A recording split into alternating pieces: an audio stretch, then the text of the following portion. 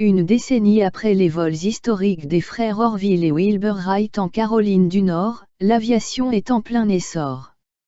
En 1909, Louis Blériot réussit à traverser la Manche. Roland Garros devient, à cette époque, une vedette des meetings aériens. En 1911, il bat le record mondial d'altitude. Il remporte également de nombreuses courses et accumule les exploits. Le 23 septembre 1913, il effectue la première traversée de la Méditerranée sans escale.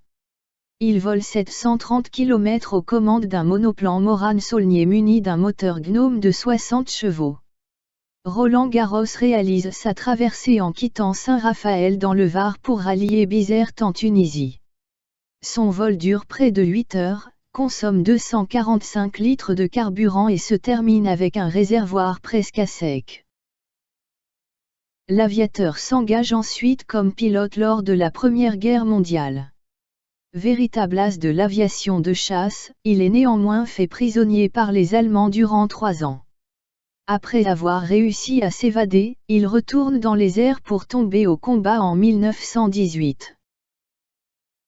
En 1915, Roland Garros réalise le premier tir avec une mitrailleuse à travers l'hélice de son Morane, balle déviée. Le système sera perfectionné par Fokker qui synchronisera hélice et mitrailleuse.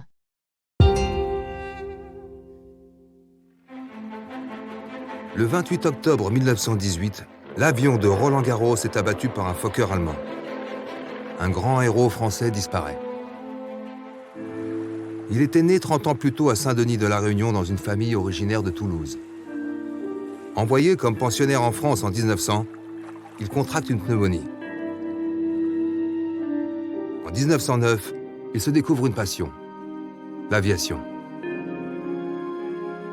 Très vite, il fait partie de ces pionniers des airs et en septembre 1913, il réussit la première traversée de la Méditerranée en avion.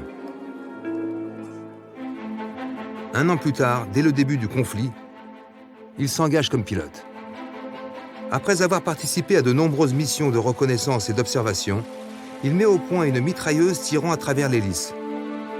Une invention qui va bouleverser les combats aériens. En avril 1915, grâce à ce dispositif, il abat 3 avions allemands et entre dans l'histoire du conflit. Après avoir été obligé de se poser au-delà des lignes ennemies à la suite d'une panne, il est fait prisonnier et ne réussit à s'évader qu'en février 1918.